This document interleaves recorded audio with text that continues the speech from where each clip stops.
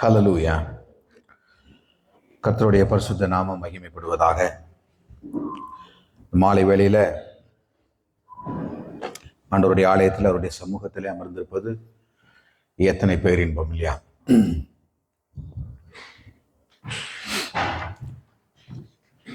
செய்திக்கு ஆதாரமாக யாரும் தலைகளை தாழ்த்தி பரலோக தேவனை நோக்கி, ரட்சிப்பின் தேவனே, உண்மையில் நான் மகிழுகிறேன். கர்த்தருக்கு காத்திருக்கிறவர்கள் புது பலன் அடைந்து கழுகுகளைப் போல செட்டைகளை அடித்து எழும்புவாங்களாம். ஆண்டவருக்கு காத்திருக்கும் பொழுது ஒரு பலன் நம்மை நிரப்புகிறது. ஆண்டவர் இந்த நாளிலே நம்மை பலப்படுத்த விரும்புகிறார். எதற்காய்? அவருக்கென்று வழியை ஆயத்தப்படுத்துகிற பிள்ளைகளால் நம் அனைவரும் மாற வேண்டும் என்பதே அவருடைய அநாதி தீர்மானம். அதற்காக தான் நம்மை அழைத்திருக்கிறார். அதற்காக தான் அவர் நம்மை ரட்சித்திருக்கிறார். அதற்காக தான் அவர் நம்மை மகிமைப்படுத்தி இருக்கிறார்.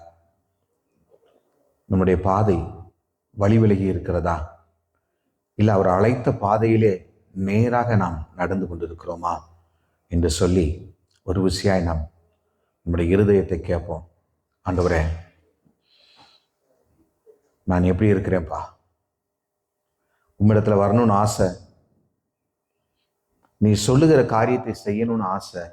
ஆனாலும் இந்த உலகத்தின் பாடுகள் என்னை வேறு விதமாய் பிரித்து போகிறது என்று சொல்றீங்களா? ஆண்டவர் சொல்றாரு, நீங்க தோக்கிற பிள்ளைகள் இல்லை, மாறாக நீங்க வெற்றி சிறக்கிற பிள்ளைகளாக இருக்க வேண்டும் என்பதே என்னுடைய திருவுள சித்தம் என்று சொல்லி நம்ம விட்டு கொடுக்க போறோமா? நம்மள இல்லை, என்ன பாடுகள் வந்தாலும் கர்த்தரின் பாதையை விட்டு நான் போக மாட்டேன். அது மாத்திரமல்ல, அவருக்கு வழியை ஆயத்தம் பண்ணுகிற ஒரு நல்ல மனிதனாய், நல்ல ஊழியக்காரனாய், ஊழியக்காரியாய் நான் வாழுவேன் என்று சொல்லி ஒப்பு கொடுப்பீங்களா? உகந்த காணிக்கையாய் ஒப்பு கொடுத்தேனையா, சுகந்த வாசனையாய் முகர்ந்து மகிழுமையா, சுகந்த வாசனையாய் முகர்ந்து மகிழுமையா. வேண்டாத பலவீனங்கள் ஆண்டவா முன்வைக்கின்றேன். வேண்டாத பலவீனங்கள் ஆண்டவா முன்வைக்கின்றேன். மீண்டும் தலை தூக்காமல் மாண்டு மடியட்டுமே. மீண்டும் தலை தூக்காமல் மாண்டு மடியட்டுமே. உகந்த காணிக்கையாய் ஒப்பு கொடுத்தேனையா, சுகந்த வாசனையாய் முகர்ந்து மகிழுமையா, சுகந்த வாசனையாய் முகர்ந்து மகிழுமையா. ஆமாண்டவரே, எனக்குள்ள இருக்கிற வேண்டாத பலவீனங்கள் எல்லாம் உம்முடைய சமூகத்தில் இப்பொழுது வைக்கிறோப்பா. ஆண்டவரே, உற்சாகமுள்ள ஆவி எங்களை தாங்கும்படி செய்வீராக. கர்த்தருக்கு முன்பாய் நாங்கள் பயத்தோடும் நடுக்கத்தோடும் அமர்ந்திருந்து உம்முடைய வசனத்தை நாங்கள் ஆண்டவரே கருத்தாய் தியானிக்க அமர்ந்திருக்கிறோம். ஆண்டவரே, பேசுகிறது நான் அல்ல, எனக்குள் இருக்கிற பரிசுத்த ஆவியானவரே பேசும்படியாய், என் நாவிலிருந்து நீர் பேசும்படியாய் செபிக்கிறேன். என்னை முற்றிலும் கரத்தில் ஒப்பு கொடுக்கிறேன். இயேசுவின் மூலம் கேட்கிற நல்ல பிதாவே, ஆமென். ஹல்லேலூயா. கர்த்தருடைய பரிசுத்த நாமத்துக்கு மகிமை உண்டாவதாக. இந்த நாள்ல புதிதாக சில பிரதர் வந்திருக்காங்க. பிரதர் ஆனந்த் வந்திருக்கிறாங்க. ரொம்ப சந்தோஷம். Welcome brother. இன்னைக்கு நம்ம ஆண்டவருடைய பெரிதான கிருபையினால ஒரு காரியத்தை நம்ம பார்க்க போகிறோம். கர்த்தருக்கு வழியை ஆயத்தப்படுத்துங்க. கர்த்தருக்கு வழியை நாம் எப்படி ஆயத்தப்படுத்துவது? இல்லை, இந்த பணியில ஆயத்தப்படுத்துகிறோம் என்று சொல்லி நாம் முன்னேறி வந்திருக்கிறோம். நாம் இந்த காரியத்தை எப்படியாய் முன்னெடுத்து செல்வது? யார நாம ஒரு எக்ஸாம்பிளா எடுத்துக்கொள்வது? இல்ல யாரை மாதிரி நாம இந்த காரியத்தை முன்னெடுத்து செல்வது என்று சொல்லி இன்னைக்கு நாம் ஒரு சில காரியங்களை பார்க்க போகிறோம். கர்த்தருக்கு வழியை ஆயத்தம் பண்ணுவர் யார்? யோவான் ஸ்நானகன். எல்லாருக்கும் தெரியும் இல்லையா? யோவான் ஸ்நானகனை குறித்து ஏசாயா தீர்க்கதரிசி 700 ஆண்டுகளுக்கு முன்பே, அவன் பிறப்பதற்கு 700 ஆண்டுகளுக்கு முன்பே அவரை குறித்து எழுதி வைத்திருந்தார் தீர்க்க தரிசனமாக. ஆண்டவர் இந்த உலகத்திலே நடக்கிற ஒவ்வொரு காரியத்தையும் நேர்த்தியாய் திட்டமிட்டு வைத்திருக்கிறார். இதிலிருந்து ஒரு அணுவும் வழி விலகி போக வாய்ப்பே கிடையாது. ஹல்லேலூயா. இந்த வேதத்திலே, வேத புஸ்தகத்திலே எழுதப்பட்டிருக்கிற ஒவ்வொரு எழுத்துக்களும் நிறைவேற வேண்டும். நிறைவேறி கொண்டிருக்கிறது, இனியும் நிறைவேறும். ஹல்லேலூயா. இந்த ஒரு காரியத்துலதான் நமக்கும் கல்லுகளை வணங்குகிறவர்களுக்கும் உள்ள வித்தியாசம் உண்டு. ஹல்லேலூயா. கர்த்தர் இந்த வேதத்தை உயிரோடு வைத்திருக்கிறார். இதுல எழுதியிருக்கிற ஒவ்வொரு எழுத்தும், எழுத்தின் உறுப்பும் உயிரோடு இருக்கிறது. ஹல்லேலூயா. இது அநேக வேளைகளில் நம்மளோடு கூட பேசுகிறது. இந்த வார்த்தைகள் அநேக வேளைகளிலே நம்மோடு கூட பயணிக்கிறது.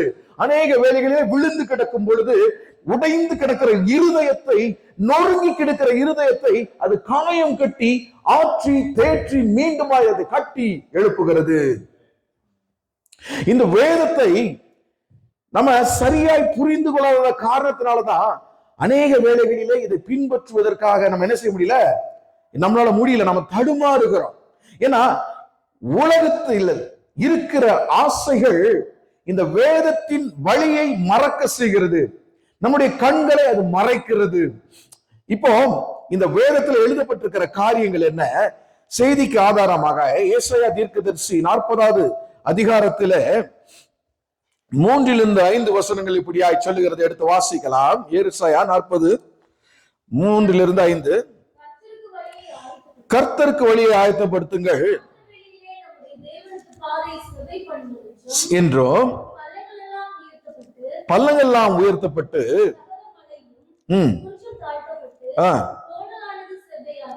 கோணலானது செவ்வையாக்கி கரடு முரடானவைகள்லாம் சமமாக்கப்படும் என்று சொன்னார். கர்த்தரின் மகிமை வெளியரங்கமாகும், மாம்சமான யாவும் அதை ஏகமாக காணும். கர்த்தரின் வாக்கு அதை உரைத்தது என்றும் வனாந்தரத்தில் கூப்பிடுகிற சத்தம் உண்டாயிற்று. தேவனுக்கு என்று வைராக்கியமாக எழும்பக்கூடிய ஒரு தீர்க்கதரிசியை குறித்ததாய் யோவான் ஸ்நானகனை குறித்து 700 ஆண்டுகளுக்கு முன்பே ஏசாயா திட்டமும் தெளிவுமாய் அவருடைய தீர்க்க தரிசன புஸ்தகத்தில் எழுதி வைத்திருக்கிறார். 700 ஆண்டுகளுக்கு பின்பாய் இயேசு வரப்போகிறார். இயேசு வருவதற்கான வழியை ஆயத்தம் பண்ணுவதற்காய், அதற்கு முன்னோடியாய் யோவான் என்னும் ஸ்நானகன் வரப்போகிறான் என்று சொல்லி முன்பாகவே எழுதி வைத்திருந்தார். God says in English, prepare the way of Lord, make a straight in the desert a highway for our God. This word was written 700 years ago. Jesus was born. என்ன ஆச்சரியம் பாருங்க. பைபிள் உண்மை இல்லை என்று சொல்லி இதனால அநேகம் பேர் சொல்றாங்க, I don't believe God. நான் இயேசுவை விசுவாசிக்கல. I don't believe Jesus. ஜீசஸ்ங்கிற ஒருத்தர் கிடையாது.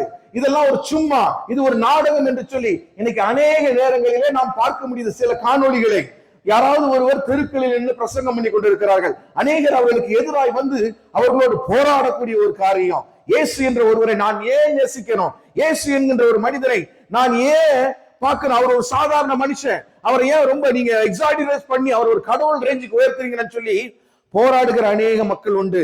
இப்படிப்பட்ட மதிகட்டவர்களுக்கு நான் சொல்ல விரும்புவது, வேதத்தில் எழுதியிருக்கிற எழுத்தும் எழுத்தின் உறுப்பும் ஒளிந்து போகாது என்று சொல்லி வேதத்துல திட்டமா தெளிவமா எழுதி வைத்திருக்கிறது.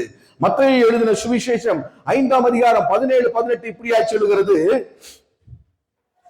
வானமும் பூமியும் ஒளிந்து போனாலும் இந்த வேதத்துல எழுதியிருக்கிற எழுத்தோ எழுத்தின் உறுப்போ ஒளிந்து போகாது என்று சொல்லுகிறேன் என்று சொல்லி அவர் தீர்க்க தரிசனங்களை அழிப்பதற்கல்ல நிறைவேற்றுவதற்கு இறங்கி வந்தார். கர்த்தருக்கு வழியை ஆயத்தம் பண்ணுங்கள் என்று சொல்லி நாம் எதற்காய் சொல்லுகிறோம்? ஏன்னா இயேசு கிறிஸ்துவை அடையாளப்படுத்துவதற்கு ஒரு தீர்க்கதரிசி வேணும். அவர் வருவதற்கு முன்பாக அவரை அடையாளப்படுத்துவதற்கு என்னிலும் மேன்மையான ஒருவர் வருகிறார், அவர் என்னிலும் வல்லவர், அவருடைய பாதரட்சியின் வாடுகளை அவிழ்ப்பதற்கு நான் பாத்திரங்கள் என்று சொல்லி யோவான் தீர்க்கதரிசி சொல்கிறதை நாம் பார்க்க முடியும். ஆகவேதான் வேதத்தில் எழுதப்பட்டிருக்கிறது, சங்கீதம் 14:1 தேவன் சொல்லுகிறது என்ன? தேவன் இல்லை என்று மதிகட்டவன் தான் தன் இருதயத்தில் சொல்ல முடியுமா? இன்னைக்கு உலகத்துல அதிகமாக வாசிக்கப்படக்கூடிய ஒரு புஸ்தகம் எது? அது வேத புஸ்தகம். இன்னைக்கு எத்தனையோ பேர் எத்தனையோ காரியங்களிலிருந்து விழுந்து கிடக்கிறவர்களை உயர்த்துவது வேத வசனம். நான் கொஞ்ச நாளைக்கு முன்னாடி ஒரு வீடியோ பார்த்தேன். ஒரு பஸ்ல, அமெரிக்கா தேசத்துல ஒரு பஸ்ல ஒரு வயதான ஒரு மனிதர், நிறைய பேர் இதை பார்த்திருக்க வாய்ப்பு இருக்குது, நான் கூட ஷேர் பண்ணி விட்டு இருந்தேன். மனிதர் ஏறி அவர் இயேசுவை குறித்து சொல்லுகிறார். God's loves you, God's loves யூன்னு சொல்றார். ஒரு மனுஷன் சொல்றான், எனக்கு அவர் வேண்டாம், என்கிட்ட அவரை பத்தி பேசாத, என்கிட்ட இயேசுவை பத்தி பேசாதன்னு சொல்லி பயங்கர வைராக்கியத்தோடு அந்த மனுஷன் எழும்பி என்னை விட்டு அகன்று போனேன், நீ பரவாயில்ல தம்பி, நான் சொல்றதை கொஞ்சம் கேளு அப்படின்னு சொன்ன உடனே அந்த முதியவரை வயதானவர்களை பார்க்காமலும் பலாறு அடித்து விட்டான். அடிச்ச உடனே அந்த பஸ்ல இருக்கிற எல்லாருக்கும் ஒரே ஷாக், என்ன இந்த மனுஷன் இப்படி பண்ணிட்டான்? அந்த வயதானவர் என்ன சொன்னாரு? இயேசு உன்னை நேசிக்கிறாருப்பான்னு சொன்னார். இயேசு நல்லவர் என்று சொன்னார். இதில் என்ன தவறு இருக்கிறது? ஏன் இப்படி இந்த பையன் அடிக்கணும்னு சொல்லி சொன்ன உடனே, ஆனா அந்த மனுஷன் அப்பவும் அதை விட்டு கொடுக்கல. அந்த பையன்ட்ட, நீ என்ன அடிச்சாலும் பரவாயில்ல, நான் இயேசுவை பத்தி உங்ககிட்ட சொன்னேன்னு சொல்றாரு. நீ மறுபடியும் சொன்னா நான் அவனை மறுபடியும் அடிப்பேன்னு சொல்றான். ஆனா அவர் விட்டு கொடுக்கல, கடைசி வரைக்கும். இல்ல தம்பி, இயேசுவன் நேசிக்கிறார், நீ எதனாலேயோ பாதிக்கப்பட்டிருக்க, உன் இருதயம் எதனாலோ பாதிக்கப்பட்டிருக்கு, நீ எதனாலேயோ ஏமாற்றப்பட்டிருக்கிற, நீ எதையோ நினைத்து நீ நொந்து அழுது புலம்பி இயேசுவை விட்டு வழி விலகி போயிருக்கிற. இயேசு அப்படிப்பட்ட தெய்வம் அல்ல. ஒருவேளை உன் வாழ்க்கையில தோல்வி வருவது போல காணப்படலாம், ஆனா அது தோல்வியில நிச்சயமாக முடியாது. நீ அவருக்குள் நிலைத்து இருக்கும் பொழுது அவர் நிச்சயமாக உன்னை விடுவிக்க வல்லவராய் இருக்கிறார் என்று சொன்ன போது திடீரென்ற அந்த மனிதன் அப்படியே கண்கள் கலங்கி அழ ஆரம்பித்தான். இந்த வேத வசனம் எப்படிப்பட்ட கல் நெஞ்சக்காரனையும் கரைத்து விடக்கூடியது பிரியமானவர்களே. அவன் எல்லாரும் நினைச்சாங்க இந்த மனுஷன் அடி வாங்கியே சாக போறாரு இந்த ஆள்கிட்ட. ஆனா அங்க நடந்தது என்ன தெரியுமா? அவன் ஒரு சிறு குழந்தைய போல அவருடைய பாதத்துல விழுந்து அழ ஆரம்பித்தான். ஹல்லேலூயா. ஆண்டவருடைய வார்த்தை கல் நெஞ்சத்தையும் கரைக்கக்கூடிய வார்த்தை. ஆண்டவருடைய வார்த்தை கழுதுகளின் வாய்களை திறக்கக்கூடிய ஒரு வார்த்தை. சொல்றாரு, இந்த கல்லுகளினாலே உங்களுக்கு பிள்ளைகளை உண்டாக்குவதற்கு பிதா வல்லவராய் இருக்கிறார் என்று சொல்லி வேதம் சொல்லி இருக்கிறது. ஒரு கல்ல கூட கரைய வைக்க தேவனால் முடியும், தெய்வ வசனத்தால் முடியும். வேத வசனம் அவ்வளவு உன்னதமான ஒரு காரியம். பார்த்துக்கோங்க. இன்னைக்கு இன்னொரு காரியத்தை நான் பார்க்கும் பொழுது, ஒரு ஆலயத்துல ஆராதனை நடந்து கொண்டிருக்கிறது. அநேகம் பேர் தேவனை ஆராதித்துக் கொண்டிருக்கிறாங்க. அதனுடைய ஃப்ரண்ட் டோர் எல்லாமே கண்ணாடியால செய்யப்பட்டிருக்கிறது. வெளியில அதற்கு எதிராக சாத்தானுடைய வேடமிட்டு பெண்கள் அரைகுறை ஆடைகளை அணிந்து அந்த சர்ச்ல எல்லாரும் பார்க்கத்தக்கதாக வெளியில நின்று ஏளனம் பண்ணி ஆடுறாங்க. ஆண்டவருடைய வார்த்தைய அசட்ட பண்றது அவங்களுக்கு அவ்வளவு இஷ்டமா இருக்கு. ஏன் ஜனங்க இவ்வளவு வைராக்கியமா வேதத்திற்கு பின்பாய் திரும்ப வேண்டும்? ஏன் பைபிளுக்கு விரோதமா, இயேசுவுக்கு விரோதமா ஏன் இப்படிப்பட்ட மனிதர்கள் எழும்ப வேண்டும் சொல்லி என்னைக்காவது கொஞ்சம் யோசித்து பார்த்திருக்கீங்களா? ஏன்னா அவங்களுடைய பொல்லாத வழியிலே நடப்பதற்கு இயேசு எதிரானவர். ஹல்லேலூயா. அவர் பாவம் பாரா சுத்த கண்ணர். அவர் பாவிகளை நேசிக்கிறார், பாவத்தையோ வெறுக்கிறார். இவங்கெல்லாம் பாவம் செய்வதற்காக விரும்பி வேண்டி ஏற்றிக்கொண்ட அந்த வாழ்க்கைக்கு எதிராக இயேசு வந்துவிடக் கூடாது என்கின்ற அந்த வைராக்கியம், அந்த பயம் இயேசுக்கு விரோதமாய் போராட அவர்களுக்கு இப்படிப்பட்ட காரியத்தை கொடுக்கிறது. ஆனா வேதம் என்ன சொல்லுகிறது? எழுத்தின் உறுப்போ ஒளிந்து போகாது. இந்த வேதத்தை அழிக்க நினைச்சவங்க, கிறிஸ்துவை அழிக்க நினைத்தவங்க அழிந்து போனான். பல ஆண்டுகளுக்கு முன்பு ஒரு ரோம பேரரசர் எழும்பினான், நான் இந்த உலகத்துல இன்னும் 20 வருஷத்துல இருக்கிற எல்லா கிறிஸ்தவரையும் அழித்து விடுவேன், எல்லா ஜீவ புஸ்தகத்தையும் நான் அழித்து விடுவேன் சொல்லி அவன் கொக்கரித்தான். நாட்கள் கடந்தன, அவன் ராஜ்யம் விழுந்து போனது, அவன் மரித்து போனான். இன்னைக்கு ரோம நாட்டிலே அவன் இருந்த அரண்மனையிலே பைபிள் அச்சடிக்கப்பட்டு கொண்டிருக்கிறது. பிரியமானவர்களே, ஹல்லேலூயா! கர்த்தர் உண்மை உள்ளவர், அவர் நேற்றும் என்றும் என்றும் மாறாதவர். அதனாலதான் அவர் சொல்றார், அவர் கொடுக்கிற காரியங்கள் எல்லாம் நிரந்தரமானது, அவர் நிரந்தரமானவர். இப்படிப்பட்ட தேவனுக்கு வழியை ஆயத்தம் பண்ணுவதற்கு நமக்கு என்ன தடை வருகிறது? பிரியமானவர்களே, நம்முடைய வாழ்க்கையில கொஞ்சம் யோசித்து பாருங்க. நம்ம எதுக்கு இப்படி தயங்குறோம் இயேசுவை பற்றி பிறரோடு பேசுவதற்கு? நமக்கு என்ன தடையா இருக்கிறது? அவர் கர்த்தரா இல்லையா என்கின்ற சந்தேகம் வருகிறதா? வேதம் உண்மையா இல்லையா என்கின்ற சந்தேகம் வருகிறதா? இஸ்ரவேல் மக்கள் எகிப்து தேசத்திலிருந்து அழைத்து கொண்டு போயிருக்கிறார். கொஞ்ச நேரத்துக்கு முன்னால்தான் 10 அடையாளங்களை அந்த ஜனங்களுக்கு முன்பாக செய்து பார்வோன் இடத்திலிருந்து அவனுடைய கடின இருதயத்தை உடைத்து திரளான ஜனங்களை விடுதலையாக்கி கொண்டு போறார். சற்று அப்புறம் போன உடனே முறுமுறுக்க ஆரம்பிச்சிட்டாங்க. ஆண்டவருடைய அதிசயங்களையும் அற்புதங்களையும் நேரடியாக பார்த்த ஜனங்கள் கூட ஆண்டவரை ஏற்றுக்கொள்வதற்கு தயங்குறாங்க. ஆண்டவரால் முன்கூறிக்கப்பட்ட ஆரோன் தேவனுக்கு விரோதமாய் ஒரு கன்றுக்குட்டியை வார்க்கிறான். யோசிச்சு பாருங்க, இதெல்லாம் எதனால நடக்கிறது? ஆண்டவரிடத்திலிருந்து அற்புதங்களையும் அடையாளங்களையும் வாங்கி ருசித்த ஜனங்கள் ஏன் ஆண்டவருக்கு விரோதமா போனாங்க? யோசித்து பாருங்க. அப்போ சாத்தான் எவ்வளவு பொல்லாத வழிகளினாலே நம்மளிடத்துல போராடி கொண்டிருக்கிறான் என்று சொல்லி இதனால நம்ம சற்று யோசித்து பார்க்கணும். சரியாக இந்த காரியம் நடந்து, இந்த வார்த்தை எழுதி 700 வருஷங்களுக்கு ஒரு காரியம் நடக்கிறது. லூக்கா 1ஆம் அதிகாரம் 7வது வசனத்துல சொல்லப்பட்டிருக்கிறது. பாருங்க, தீர்க்க தரிசனம் எப்படி நிறைவேறுகிறது என்று சொல்லி. லூக்கா 1ஆம் அதிகாரம் 7வது வசனம் எடுத்து வாசிங்க. எலிசபெத் மலடியா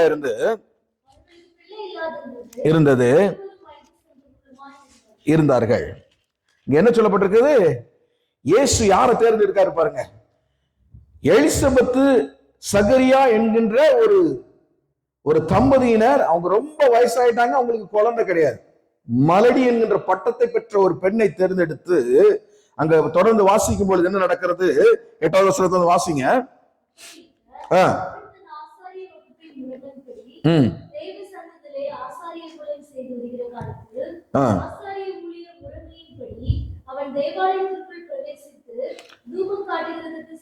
சீட்டை பெற்றான். ஜெபம் பண்ணி கொண்டிருந்தாங்க.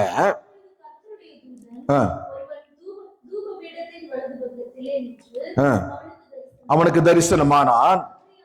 சகரியா அவனை கண்டு கலங்கி பயமடைந்தான். தூதன் அவனை நோக்கி, சகரியாவே பயப்படாதே, உன் வேண்டுதல் கேட்கப்பட்டது, உனக்கு ஒரு குமாரனை பெறுவாள். சரி, சொன்னு முடிச்ச உடனே இப்ப என்ன நடக்குது?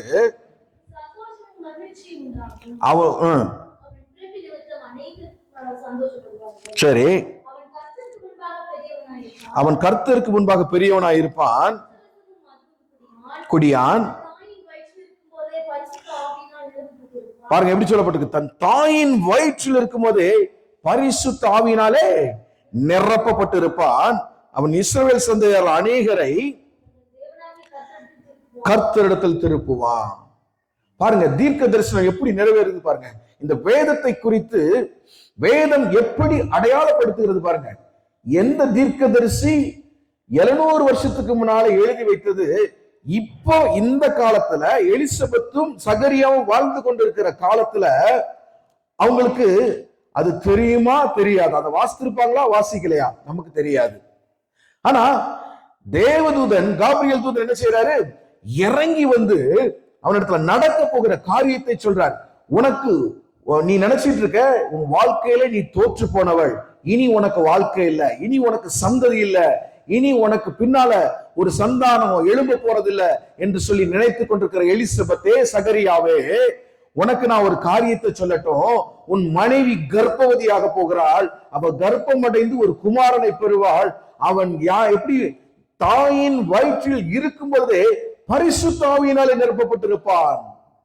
பாருங்க தீர்க்க தரிசனம் எப்படி நிறைவேறுகிறது பாருங்க. நிறைவேறுகிறது மாத்திரமல்ல, மலடி என்று பட்டம் பெற்ற ஒரு தம்பதியினருக்கு வயது சென்றவர்களாகவும் இருந்தார்கள் என்று சொல்லி சொல்லப்பட்டிருக்கிறது. ஆனால் தேவன் அற்புதமாய் அந்த கர்ப்பத்தை தொடும் பொழுது அங்கு ஒரு உன்னதமான சந்ததி அந்த கர்ப்பத்திலே வைக்கப்படுகிறது. தொடர்ந்து நம்ம வாசிக்கும் பொழுது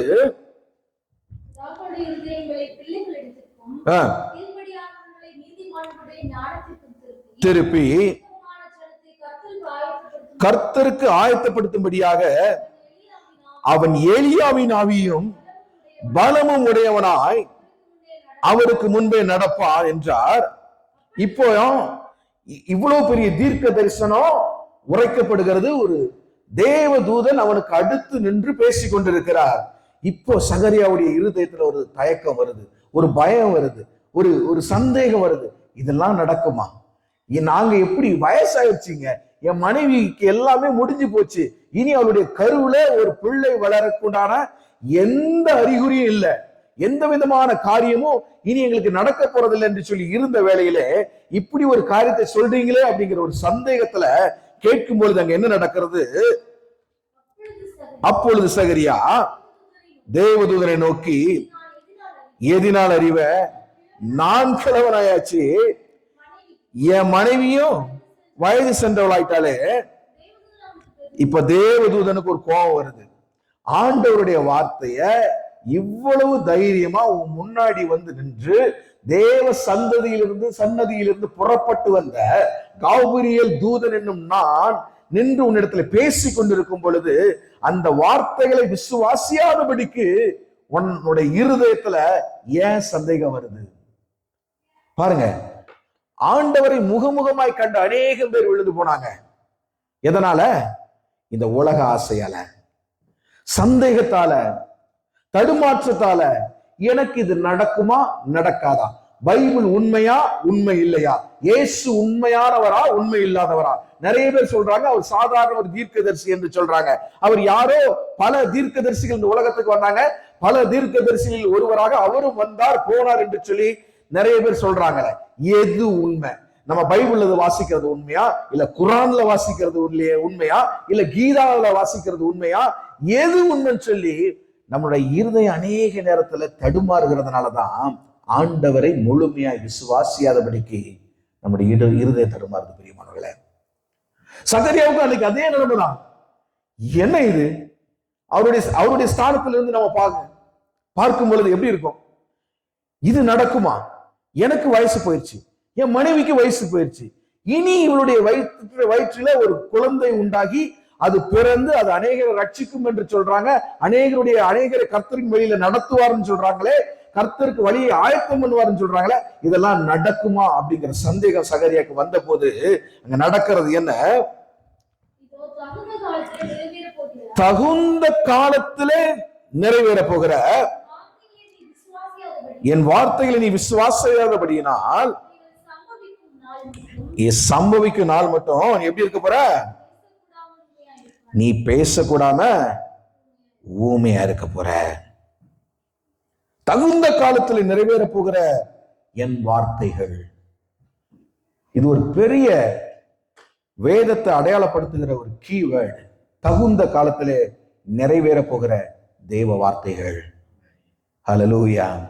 நம்முடைய வாழ்க்கையில ஆண்டவர் வைத்திருக்கிற திட்டத்தை ஏற்ற காலத்திலே ஏற்ற நேரத்திலே அவருடைய சித்தப்படி நடத்துவதுதான் அவருக்கு பிரியமான காரியம். பல நேரங்களில் நம்ம போராடி வாங்குவதற்காக முயற்சி செய்து கொண்டிருக்கிறோம். இல்ல, எனக்கு இப்பவே வேணும், இந்த வருஷத்துக்குள்ள எனக்கு இது நடந்தே ஆகணும். பிறருக்கு நடக்குது, எனக்கு ஏன் நடக்கல? நல்லா யோசித்து பாருங்க. அவளுக்கு குழந்தை இருக்கு, எனக்கு ஏன் குழந்தை இல்லை? பல நேரங்களிலே நாம் மற்றவர்களை கம்பேர் பண்ணி நம்மளுடைய வாழ்க்கைய நம்ம என்ன செஞ்சுக்குவோம்? நாமளே மட்டம் தட்டிக்குவோம். ஆண்டவர் சொல்றாரு, உங்களை ஒரு காரியத்திற்காக காக்க வச்சார்னா உங்க மூலியமா தேவனுடைய நாம மகிமைப்படுவது மாத்திரமல்ல, உங்களுடைய சந்ததியில ஒரு பெரிய தீர்க்கதரிசி எழுப்பக்கூடிய ஒரு உன்னதமான பாக்கியத்தை நான் வைத்திருப்பேன். சகரியாக்கு தெரியாது, என்னுடைய மனைவியின் வயிற்றில கர்த்தருக்கு வழியை ஆயத்தம் பண்ணுகிற ஒரு உன்னதமான தீர்க்கதரிசி பிறப்பான். அவனுக்கு தெரியாதுங்க. அவன் அதை விசுவாசிக்கல, அவன் அதை நம்பல. இது நடக்குமா? பல நேரங்களில் நம்முடைய வாழ்க்கையில நம்ம தடுமாறும் பொழுது ஆண்டவருடைய வார்த்தையை முழுமையாய் நம்ம இருதயம் ஏற்க மறுக்கிறது. ஆபிரகாம் வாழ்க்கையில நடந்தது தானே. சாராள் நகைத்தாள். எப்படி இது நடக்கும்? ஸ்திரீகளுக்குள்ள வழிபாடு எனக்கு நின்று போயிற்று, எப்படி நடக்கும்? நடந்ததா இல்லையா? ஆபிரகாம் சந்ததி என்று சொல்லி இந்நாள் வரும் உலகம் முழுவதும் நம்ம எல்லாரும் யாருடைய சந்ததி? ஆபிரகாமின் சந்ததி. பாருங்க, ஆபிரகாமுக்கு பிறந்தது ஒரு பையன் தான். ஆனா ஆண்டவர் சொன்னார், உன்னுடைய சந்ததி எப்படி இருக்க போது?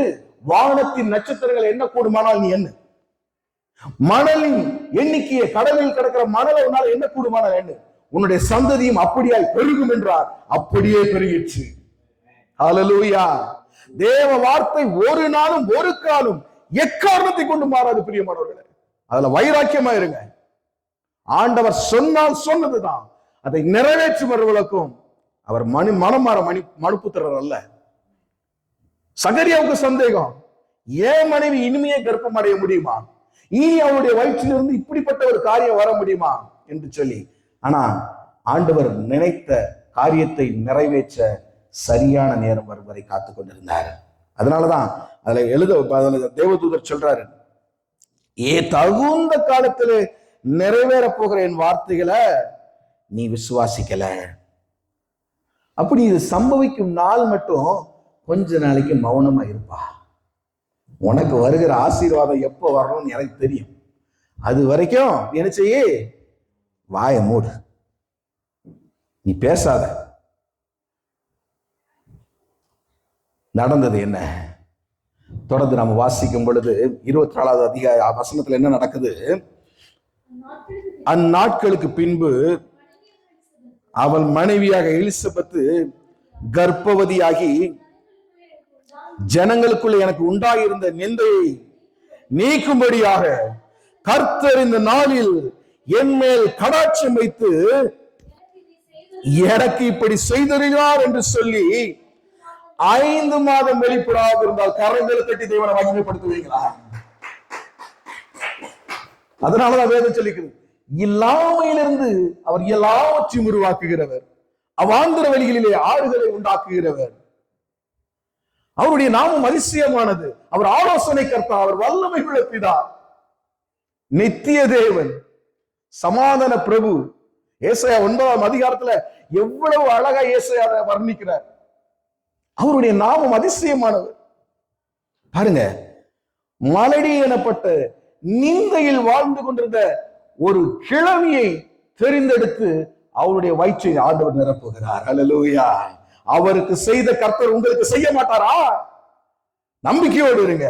ஆண்டவரிடத்துல நாம் விசுவாசமோடு இருக்கும் பொழுது விசுவாசிக்கிறவனுக்கு எல்லாம் கூடும் என்று வேதம் சொல்லி இருக்கிறது. அந்த வார்த்தை பொய்யா? வேதம் சொல்லி இருக்கிறது, இதுவரைக்கும் என்னுடைய நாமத்தினாலே நீங்கள் ஒன்றும் கேட்கவில்லை, கேளுங்கள், அப்பொழுது உங்கள் சந்தோஷம் நிறைவா இருக்கும்படி பெற்றுக் கொள்வீர்கள். குறைவா இருக்கும்படி சொல்லலாங்க. நிறைவு, fulfillness. God will fulfill you. ஆண்டவர் உங்கள் இருதயத்தை நிரப்புவது நிச்சயம். அவருடைய வாக்கு ஒரு நாளும் ஒளிந்து போகாது. வானமும் பூமியும் ஒளிந்து போனாலும் இதுல எழுதி இருக்கிற எழுத்தோ எழுத்தின் உறுப்போ ஒளிந்து போகாது. பிரியமானவர்களே, நம்பிக்கையோடு இருங்க, ஆண்டவர் செய்வார். நம்ம தொடர்ந்து அங்க என்ன வாசிக்கிறோம்? இப்போ 6வது மாதம் 37 வசனத்துல வாசிப்போம். 37 இருந்து. தேவனால் கூடாத காரியம் ஒன்றும் இல்லை என்று சொல்லி சொல்றாரு. இப்போ அடுத்த வாசிங்க. அதற்கு மரியாள்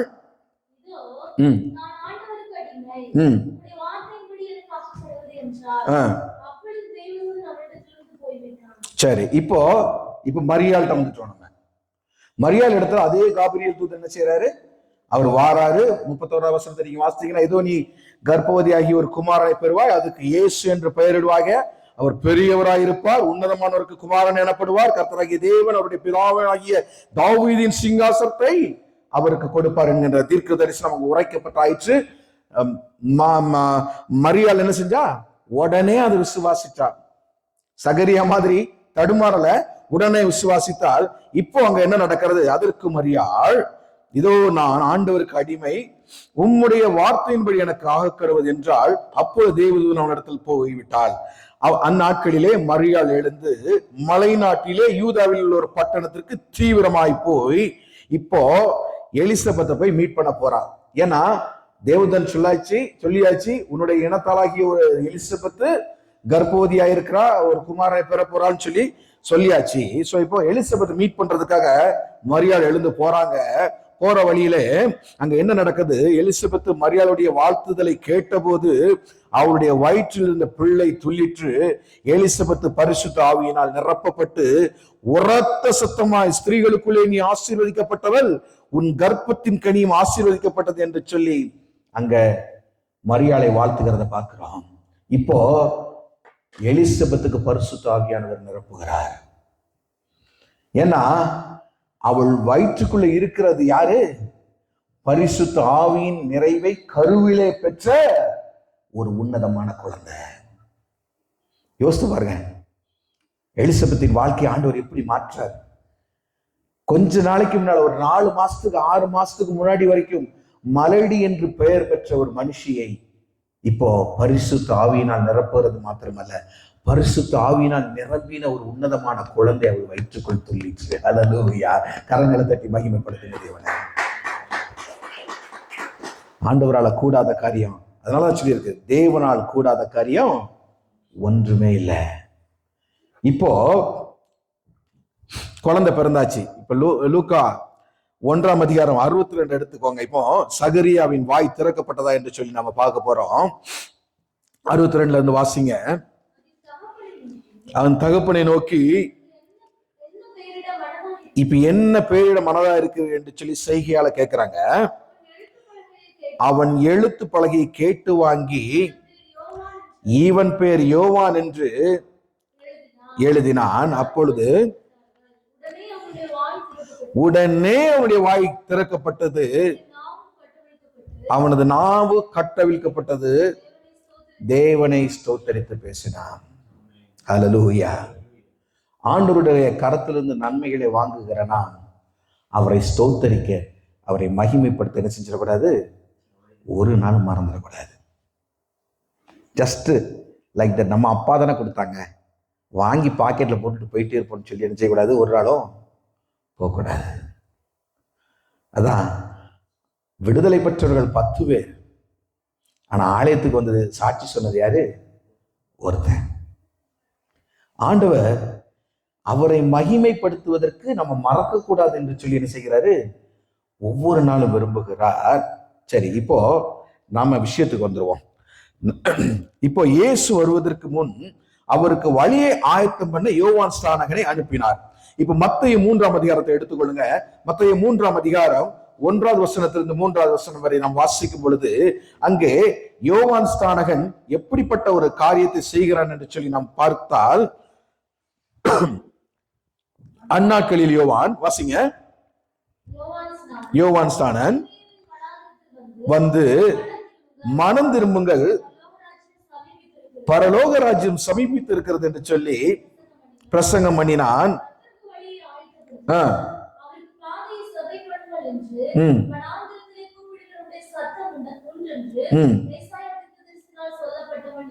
இவனே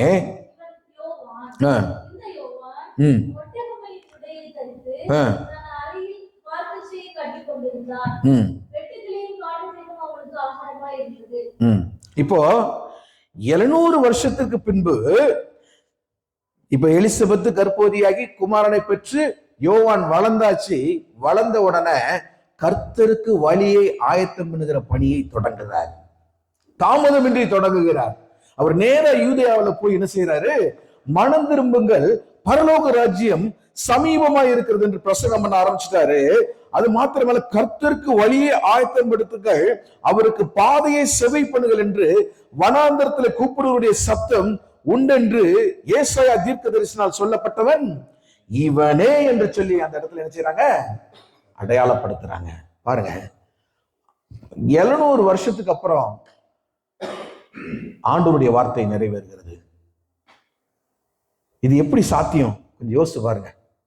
700 வருஷம் அந்த அங்க இருந்த சந்ததிகளுக்கு இப்படி ஒருவர் வருவார், இப்படி ஒரு தீர்க்கதரிசி உண்டு என்று சொல்லி யாருக்கும் தெரியாது.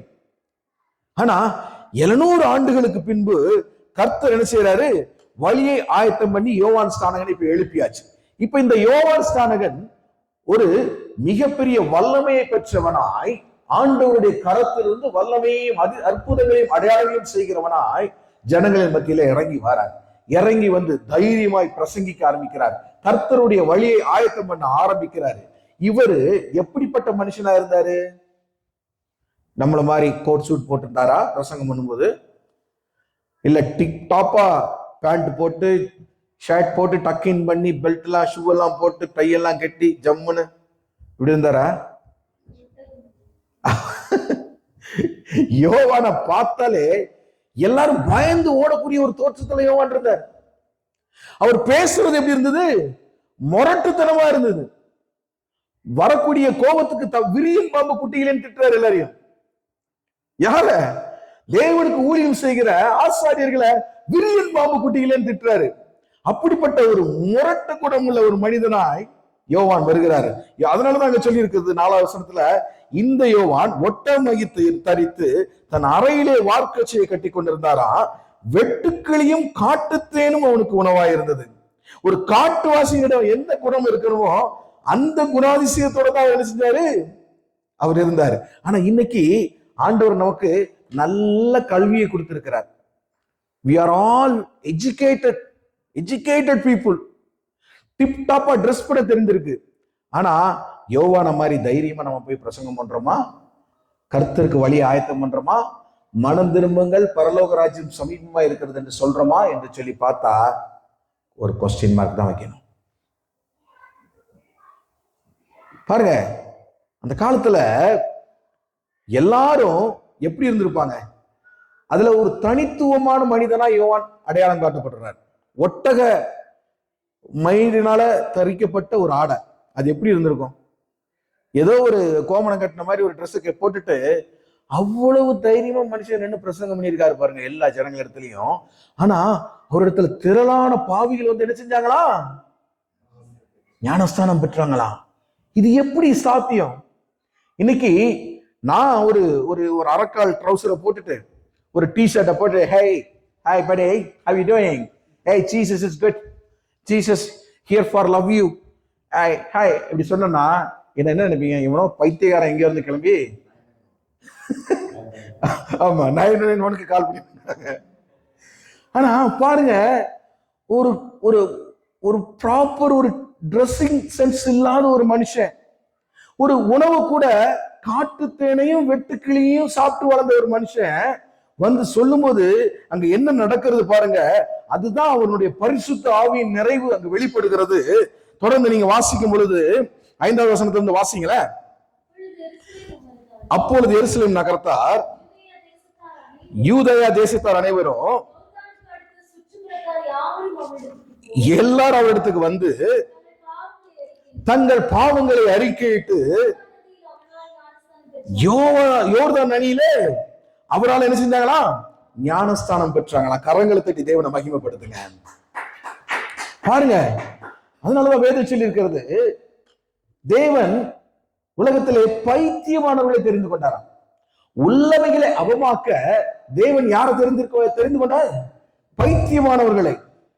நம்மளை மேன்மைப்படுத்தாதபடிக்கு நாம அவரிடத்துல தரை மட்டும் தாழ்ந்து குனிந்து பணிந்து இருக்கணுங்கிறதுக்காக ஆண்டவர் இப்படி ஒரு அடையாளத்தை நம்ம முன்னால வைக்கிறார். வெட்டுக்கிளியும் காட்டுத்தேனையும் உணவாய் உண்ட ஒரு மனுஷன், ப்ராப்பரா ட்ரெஸ் பண்ணாத ஒரு மனுஷன் கேட்டு எந்தெந்த இடத்துல எல்லாம் இருந்து வந்தாங்க? எருசலேம் நகரத்தாரும் யூதயா தேசத்தார் அனைவரும், யோர்தானுக்கு அடுத்த சுற்றுப்புறத்தார் யாவரும் இடத்துல போய் தங்கள் பாவங்களை அறிக்கையிட்டு, ஹல்லேலூயா, தங்கள் பாவங்களை அறிக்கையிட்டு ஆண்டவரிடத்துல இருதயத்தை கொடுத்தாரு. என்ன செய்யறாங்க? யோர்தான் நதியிலே அவனால் ஞானஸ்தானம் பெறாங்க. இப்போ அங்க இருக்கிற பரிசேயர்களுக்கு சதுசேயர்களுக்கு ஒரு சங்கடம் வருது. ஏன்னா எல்லா இடத்துல இருந்து வராங்க ஜனங்கள், எல்லாரும் கேள்விப்படுறாங்க. ஆலயத்துக்கு ஒருத்தரும் போல. பரிசேயன் சதுசேயன் எங்க இருக்கா? ஆலயத்துல இருக்கிறான். ஆலயத்துல இருந்து ஆண்டவருடைய பழைய ஏற்பாடுகளை போதித்துக் கொண்டு இருக்கிற மனுஷர் இடத்துல யாரும் போகல. எல்லாம் யோவான் ஸ்நானன் இடத்துல ஓடி போறான். இப்ப இவங்களுக்கு ஒரு பயம் வருது. ஐயோ, ஊரெல்லாம் ஒண்ணு கூட்டிட்டாங்க, இனிமே நம்ம இவங்க பாதைக்கு போலான்னா என்ன செய்வோம்?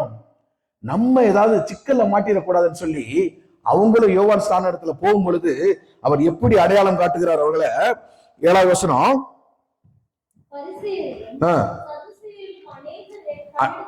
ஞானஸ்தானம் பெறும் வரும்படி கண்டு எப்படி திட்டுறாரு பாருங்க. விரியன் பாம்பு குட்டிகளே, வருங்கோபத்துக்கு தப்பிக்கொள்ள உங்களுக்கு வகை காட்டினவன் யார்? மனம் திரும்புதலுக்கு ஏற்ற கனியை கொடுங்கப்பா. ஏன் இப்படி ஆக்ட் பண்றீங்க? நம்ம அண்ணன் சொல்ற நடிகர்கள். பரிசேயன சதுசேயன யாரு? நடிகர்கள். அவங்க மனம் திரும்புதலுக்கு ஏற்ற கனியை கொடாம தேவாலயத்துல இருந்து ஆண்டவரை குறித்து பிரசங்கம் பண்ணாம அவர்கள் ஜனங்களை வஞ்சித்து அவர்களை வீண் போக்குவதற்காக இருந்தாங்க. அதனாலதான் அவங்கள என்ன சொன்னாரு? விரியன் பாம்பு குட்டிகளே, வரும் கோபத்திற்கு தப்பிக்கொள்ள உங்களுக்கு வகை காட்டினவன் யார்?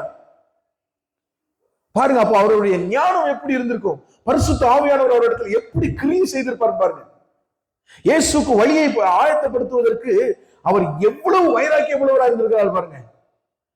மனம் திரும்புதலுக்கு ஏற்ற கனியை இனிமேலாவது கொடுக்கிறாங்க. இவ்வளவு நாள் நீங்க ஜனங்களை மோசம் போக்குறீங்க, இனிமேலாவது மனம் திரும்புதலுக்கு ஏற்ற கனியை கொடுங்கள் என்று சொல்றாரு. ஏன்? வந்த ஜனங்கள்லாம் பாவிங்க, ஆண்டவருக்கு விரோதமா இருந்தவங்க, ஆண்டவரை அறியாதவங்க, எல்லாரையும் அவர் ஏற்றுக்கொண்டு அவர்களை பாவ அறிக்கை செய்ய வைத்து அவர்களுக்கு ஞானஸ்தானம் கொடுக்கிறார். இவர்கள் தேவனை அறிந்தவர்கள், ஆனா வேதத்தின் வழியிலே நடக்காதவர்கள். அவர்களை கண்டவுடன் பார்த்து அவர் கண்டம் பண்றார். அதுதான் அவருடைய குணாதிசயம், காட்டுத்தனம். அவர் பேசும்போதெல்லாம் ஃபயர், அக்கினி பறக்குது, அப்படியே நடுங்கி எல்லாம் ஓடுறாங்க. ஆனா ஆண்டவரை பார்த்தவுடன் அவருடைய குணாதிசயம் அப்படியே மாறுது. இயேசு கிறிஸ்து வர்றார் யோர்தான் நதிக்கு. வரும்போது அங்க என்ன நடக்குது? இல்ல, தொடர்ந்து இந்த காரியத்தை நான் உங்களுக்கு காட்டி கொடுத்துறோம். மனம் திரும்புதலுக்கு ஏற்ற கனியை கொடுங்கள். ஆபிரகாம் எங்களுக்கு தகப்பன் என்று உங்களுக்குள்ளே சொல்லிக்கொள்ள நிலையாதிருங்கள். தேவன் இந்த கல்லுகளினாலே ஆபிரகாமுக்கு பிள்ளைகளை உண்டு பண்ண வல்லவராய் இருக்கிறார் என்று உங்களுக்கு சொல்லுகிறேன். இப்பொழுதே கோடாரியானது மரங்களின் வேரருகே வைக்கப்பட்டிருக்கிறது. ஆகையால் நல்ல கனிகொடா மரங்கள் எல்லாம் வெட்டுண்டு அக்கினியிலே போடப்படும். ஹல்லேலூயா. இது யாரை பத்தி நீங்க சொல்றாரு? உங்களையும் என்னையும் பத்தி தான். ஹல்லேலூயா. இது கிறிஸ்துவ அறியாத பிள்ளைகளுக்காக சொல்லப்பட்ட வார்த்தை அல்ல. கிறிஸ்துவை அறிந்து, வேதத்தை அறிந்து, அதை பின்பற்றாம அல்லது கர்த்தருக்கு வழியை ஆயத்தம் பண்ணாம நடக்கிற நம்மளை பார்த்து, நம்முடைய சந்ததியை பார்த்து தான் ஆண்டவர் சொல்றாரு, நல்ல கனிகொடா மரங்கள் எல்லாம் வெட்டுண்டு அக்கினியில போடப்படும். உனக்கு ஒரு மரமா கனி தருகிற திராட்சை கொடியாய் உன்னை வச்ச, உன்னை அழகா வளர்த்த, நீ ஏன் ஒரு கனியும் கொடுக்கல? சரி, உன்னை நான் கொஞ்சம் உன்னை பழுது பார்த்து சீர்படுத்தி செம்மைப்படுத்தி உன்னை வளர விடுறேன். அப்படி இருந்து நீ எனக்கு கனி கொடுக்கல. இப்போ இந்த கொடியை வச்சு நான் என்ன செய்ய போறேன்? அதனால என்ன செய்ய? அதை எடுத்து அக்னியில போடு. இந்த நிலைமைக்கு நீங்களும் நானும் ஆளாயிரக்கூடாது பிரியமானவர்களே. அதுக்காக தான் ஆண்டவர் நம்மளை அழைத்திருக்கிறார். தொடர்ந்து நம்ம வாசிக்கும் பொழுது மனம் திரும்புதலுக்கு என்று நான் ஜலத்தினால் உங்களுக்கு ஞானஸ்தானம் கொடுக்கிறேன், எனக்கு பின்வருகிறவரோ என்னிலும் வல்லவராயிருக்கிறார். பாருங்க, அவர் தன்னை தாழ்த்துறார் இயேசுவின் இடத்துல. அவ்வளவு நேரம் வைராக்கியமா பேசின ஒரு மனுஷன், எல்லாரையும் அதட்டின ஒரு மனுஷன், இப்போ இயேசுவை குறித்து பேசின உடனே தன்னை தாழ்த்துறார். அதுதான் சரியான ஒரு முறை. இயேசுக்கு முன்பாய் தன்னை தாழ்த்தி, நான் அல்ல, வருகிறவர் வேறொருவர், அவருக்கு வழி ஆயத்தம் பண்றதுதான் ஏன் வேலைன்னு சொல்லி அடையாளம் காட்டுறாரு. மனம் திரும்புதலுக்கு என்று நான் ஜலத்தினாலே உங்களுக்கு ஞானஸ்தானம் கொடுக்கிறேன், எனக்கு பின் வருகிறவரோ என்னிலும் வல்லவராயிருக்கிறார், அவருடைய பாதரட்சைகளை சுமப்பதற்கும் நான் பாத்திரம் அல்ல, அவர் பரிசுத்தாவினாலும் அக்னியினாலும் உங்களுக்கு ஞானஸ்தானம் கொடுப்பார். ஹல்லேலூயா. பாருங்க, தூற்றுக்கூட அவர் கையில் இருக்கிறது. அவர் தமது களத்தை நன்றாய் விளக்கி தமது கோதுமையை களஞ்சியத்திலே சேர்ப்பார், பதரையோ அவியாத அக்னியில என்ன செய்வாரு? சுட்டரிப்பார். இப்போ நாம எப்படி ஊழியத்தை செய்யணும்? இந்த 2 வசனத்தை நான் காட்டி கொடுத்து நான் முடிக்கிறேன். கலாத்தியர் 1ஆம் அதிகாரம் 6-12 வசனத்தை நம்ம வாசிப்போம்.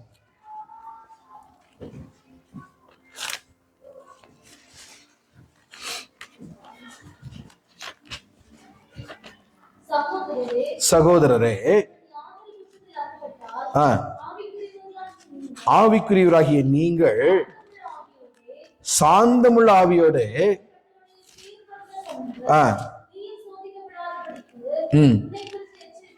எச்சரிக்கையாயிரு.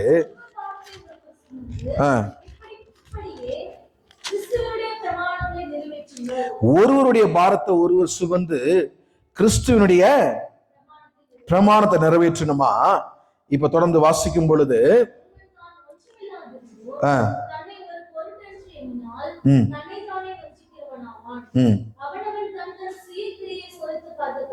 சரி,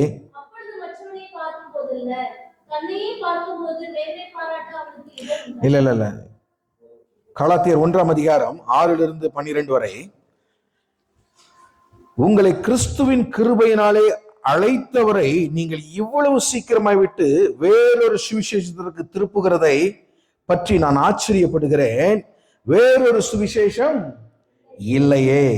பவுல் கலாத்தியருக்கு தெளிவா சொல்றாரு, வேறொரு சுவிசேஷம் நமக்கு கொடுக்கப்படல. யாரை பார்த்து நம்ம என்ன செஞ்சிடக்கூடாது? நயவஞ்சர்களை பார்த்து நாம விழுந்து விடக்கூடாது. அவன் காட்டுற ஆக்ஷன், அவன் காட்டுற அநேக வசீகரமான வார்த்தைகளை நம்பி கர்த்தர் இன்றைக்கே உன் களஞ்சியத்தை நிரப்புகிறார் அப்படி இல்லைங்க. ஆண்டவர் எந்த ஆசீர்வாதத்தை கொடுக்கிறதுக்கு முன்னால அவர் ஒரு நியமத்தை நமக்கு கொடுக்கிறார். அந்த நியமத்தை கடைபிடிக்கிற பிள்ளைகளாய் நம்மை மாற்ற ஆசைப்படுகிறார். அதுக்கப்புறம் தான் அவருடைய கரத்திலிருந்து அநேக காரியங்களை நம்ம வாங்கிக் கொள்ள முடியும். எடுத்த எடுப்பிலே அநேக அற்புதங்கள் நடப்பது உண்மைதான், அதிசயங்கள் நடப்பது உண்மைதான். ஆனா இன்னைக்கு ஆண்டவருடைய பெயரால ஒரு பெரிய பிசினஸ் நடக்குது.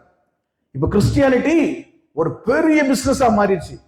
லட்சோப லட்ச ஜனங்கள் கொடுக்கிற காணிக்கையால திக்குமுக்காடி போயிருக்கிறாங்க நிறைய பேர். என்ன செய்யறதுன்னு தெரியல. Private jet வாங்கட்டுமா, Audi car வாங்கட்டுமா? பாருங்க, இப்படிப்பட்ட ஊழியர்கள் ஆண்டவருக்கு வழியை ஆயத்தம் பண்ணுகிற ஊழியர்கள் என்று சொல்லி நீங்க மெய்யாக நம்புறீங்களா? ஆண்டவர் அதான் சொல்றாரு, இப்படிப்பட்டவர்களை நீங்க அடையாளம் கண்டுகொள்ளணும். வேறொரு சுவிசேஷம் கிடையாதுப்பா. பைபிள வேதமாய் போதிக்கிறவர்கள் இடத்துல போங்க. அவர்கள் சொல்லுகிற காரியத்துல வேதத்தின் வழியில நீங்க நடங்க. இப்ப நான் பேசுகிற எந்த காரியமாவது பைபிள் இல்லைன்னா என்ன நீங்க ரிஜெக்ட் பண்ணுங்க. You should reject me. வேதத்தின் அடிப்படையில யாரு பிரசங்கிக்கலையோ, யார் உங்களை நடத்தலையோ அவங்கள நீங்க நிச்சயமாக ஏற்றுக்கொள்ளாதீங்க. அது எப்பேற்பட்ட ஊழியக்காரனாக இருந்தாலும் சரி. உங்களை வேதத்திற்கு புறம்பாய் அவர் திருப்பி கொண்டு போறார். தொடர்ந்து வாசிக்கும் பொழுது பவுல் அழகாய் சொல்லி கொடுக்கிறார் பாருங்க. நாங்கள் உங்களுக்கு பிரசங்கித்த நாங்களாவது வானத்திலிருந்து வருகிற ஒரு தூதனாவது வேறொரு சுவிசேஷத்தை உங்களுக்கு பிரசங்கித்தால் அவன் சபிக்கப்பட்டவன் சொல்லிட்டாரு. ஆனா இன்னைக்கு துணிகரமா வேத புரட்டர்கள் பணம் வருகிற வழி எதுன்னு சொல்லி அதை கண்டுபிடித்து அந்த வழியிலே ஜனங்களை நடத்தி மோசம் போக்குறாங்க. அதுக்கப்புறம் பாருங்க, 2 கொரிந்தியர் 2:17 சொல்லியிருக்கு. பவுல் கொரிந்தியருக்கு எழுதும் போது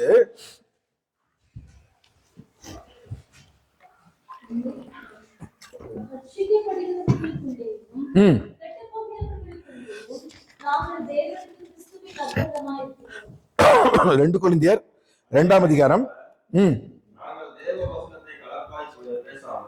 பாருங்க எப்படி சொல்லியிருக்காங்க. அநேகரை போல நாங்கள் வேத வசனத்தை கலப்பாய் பேசாமல் துப்புரவாகவும் தேவனால் அருளப்பட்ட பிரகாரமாகவும் தேவ சந்தையில் கிறிஸ்துவுக்குள் தேவ சந்தையில் பேசுகிறோம். வேத வசனத்துல கலப்பு எப்படி வருது? கலப்பு எப்படி வருது? நம்முடைய இருதயத்துக்கு ஏற்ற மாதிரி பேசுறது, நம்முடைய இருதயத்துக்கு ஏற்ற மாதிரி பேசி அதை வேத வசனத்தோட கனெக்ட் பண்ணி என்ன பண்றது? அவங்ககிட்ட ஏமாத்தி பணம் பறிக்கிறது, அவங்கள ஏமாத்தி பெரிய சர்ச்சு கட்டுறது. எனக்கு இவ்வளவு இந்த சின்ன சர்ச்சு போடாது, பெரிய ஹால் கட்டணும். எனக்கு ஆண்டவர் தங்கத்தாலேயே இது வைக்க சொல்லியிருக்காரு. மிகப்பெரிய ஒரு ஊழியக்காரர் சொன்னார், அவர் சொல்றாரு தங்கத்தாலேயே அந்த இதை கட்ட சொல்லியிருக்காரு என்ன ஆண்டவர். பாருங்க, அதுக்கு நீங்க எல்லாம் என்ன செய்யுங்க, இத்தனை கோடி செலவாகும், நீங்க எல்லாம் காணிக்க அனுப்புங்க. அதை நம்பி அனுப்புகிற பரிதாபப்பட்ட ஜனங்களும் உண்டு. இன்னைக்கு எத்தனை பேர் சாப்பாட்டுக்கு வழி இல்லாம எத்தனை மிஷினரியை கஷ்டப்படுறாங்க தெரியுமா? அவங்களுக்கு மாதம் ஒரு 3000 ரூபாய் கிடைச்சாலே பெரிய காரியம். எஃப்எம்பிபி எத்தனையோ ஊழியர்கள் இருக்காங்க எஃப்எம்பிபில, அவங்களுக்கு மாசம் 3000 ரூபாய் அலோகேட் பண்ணாலே பெரிய விஷயங்க. அப்படி கஷ்டப்பட்டு ஊழியம் பாக்குறாங்க. ஆனா இவங்க வாங்கி வாங்கி வாங்கி தங்களை பெருக்கிக் கொள்றாங்களே தவிர ஊழியத்தை பெருக்கிறதுக்கு ஒரு ஊழியனும் இல்லை. அதான் ஆண்டவர் சொல்றாரு, கலப்பா பேசாதீங்க. ஏன் நீங்க கலப்பா பேசுறீங்க அப்படின்னு சொல்லிட்டு சொல்றாரு 2 கொரிந்தியர் 3:3, ஏனெனில் நீங்கள் எங்கள் ஊழியத்தினால் உண்டான கிறிஸ்துவின் நிறுவமாய் இருக்கிறீர்கள் என்றும் வெளியரங்கமாகிறது அது மையினால் அல்ல, ஜீவனுள்ள தேவனுடைய ஆவியினாலும் கற்பலகைகளில் அல்ல, இருதயங்களாகிய சதையான பலகையிலும் எழுதப்பட்டிருக்கிறது. இப்போ மோசையின் கரத்துல 2 கற்பலகைகளை எழுதி ஆண்டவர் கொடுத்தார். ஆனா இங்க எழுதும் போது பவுல் என்ன சொல்றாரு? அப்படிப்பட்ட ஒரு காரியம் அல்ல, ஜீவனுள்ள தேவனுடைய ஆவியினாலும் கற்பலகைகளில் அல்ல, இருதயங்களாகிய சதையான பலகையிலேயும் எழுதப்பட்டிருக்கிறது. இப்படி எழுதப்பட்ட வார்த்தைகள் தான் உண்மையான தேவ வார்த்தைகள். 6ஆம் வசனம் சொல்லுது, புது உடன்படிக்கையின் ஊழியக்காரராய் இருக்கும்படி அவரே எங்களை தகுதியுள்ளவராக்கினார். அந்த உடன்படிக்கை எழுத்திற்குரியதாயிராமல் ஆவிக்குரியதாய் இருக்கிறது. எழுத்து கொள்ளுகிறது, ஆவியோ உயிர்ப்பிக்கிறது. எழுத்துக்களினால் எழுதப்பட்டு கற்களில் பதித்திருந்த மரணத்துக்கு ஏதுவான ஊழியத்தை செய்த மோசையினுடைய முகத்திலே மகிமையின் பிரகாசம் உண்டானபடியினால் இஸ்ரவேல் புத்திரர் அவர் முகத்தை நோக்கி பார்க்க கூடாது என்றார்களே. ஒளிந்து போகிற மகிமையுடைய அந்த ஊழியம் அப்படிப்பட்ட மகிமை உள்ளதா இருந்தால் ஆவிக்குரிய ஊழியம் எவ்வளவு மகிமையாக இருக்கும். ஹல்லேலூயா. பாருங்க, யோவான் ஸ்நானகன் செய்த ஊழியம் எப்படிப்பட்ட ஊழியம்? ஆவிக்குரிய ஊழியம். இன்னைக்கு அதே மாதிரியான ஒரு ஊழியத்தை தான் நீங்களும் நானும் செய்யணும்னு சொல்லி ஆண்டவர் நமக்கு கற்றுக் கொடுக்க விரும்புகிறார். இன்னைக்கு நம்ம ஆண்டவர் இடத்துல ஒப்பு கொடுப்போம். ஆண்டவரே, மகிமையின் ஊழியமா நாங்க செய்கிற ஊழியம் இருக்கணும்ப்பா. நாங்க போய் ஒருத்தருக்கு உண்மை பற்றி சொன்னாலும் ஆவியில் நிறைந்தவர்களாய் சத்தியத்தை பேசும் பொழுது நாங்க என்ன செய்ய போறோம்? அது கற்களினால் எழுதப்பட்ட ஒரு எழுத்தல்ல, உங்களுடைய இருதயமாகிய சதைகளிலே எழுதப்பட்ட ஒரு எழுத்து. கற்களை போட்டு உடைச்சிடலாம். மோசை உடைச்சிட்டாரு, கீழே பார்த்தோன்னா உடைச்சிட்டாரு. கற்களை எழுதப்பட்டிருக்கிறத அழிச்சிடலாம். ஆனா நம்மளுடைய இருதயமாகிய பலகையில எழுதும் பொழுது அதை ஒருவனும் ஒரு காலம் என்ன செய்ய முடியாது? அழிக்கவும் முடியாது, அதை எடுத்து போடவும் முடியாது. என்றென்றைக்கும் சதா காலமும் நாம் உயிர் வாழும் நாளெல்லாம் இயேசுவின் வசனம் நம்மளோடு பேசிக்கொண்டே இருக்கும். ஏன்னா கர்த்தரே ஆவியானவர். 3:17 சொல்லியிருக்கலாம், கர்த்தரே ஆவியானவர். கர்த்தருடைய ஆவி எங்கேயோ அங்கே விடுதலை உண்டு.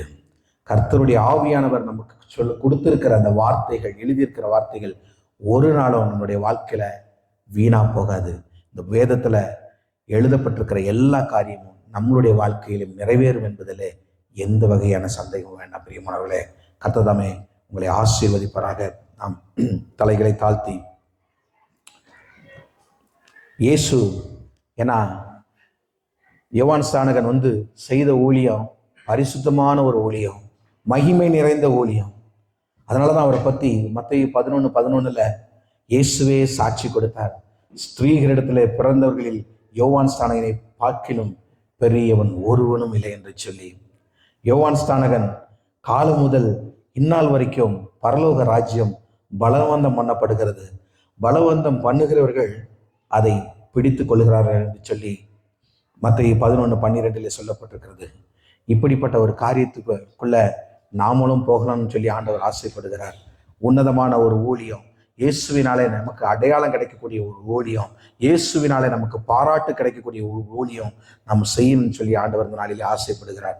ஆண்டவரே, இந்த நாளிலே எங்களுக்கு இப்படிப்பட்ட ஒரு காரியத்தை தாங்கப்பா, இப்படிப்பட்ட காரியத்தை தாங்கப்பா. ஆவியிலே நிரம்பி சத்தியம் பேசுகிற சபைகள் பெருகணும் என்று சொல்லி நம்ம அருமையா பாஸ்டர் எழுதுனாங்க, பெர்க்மன் ஐயா.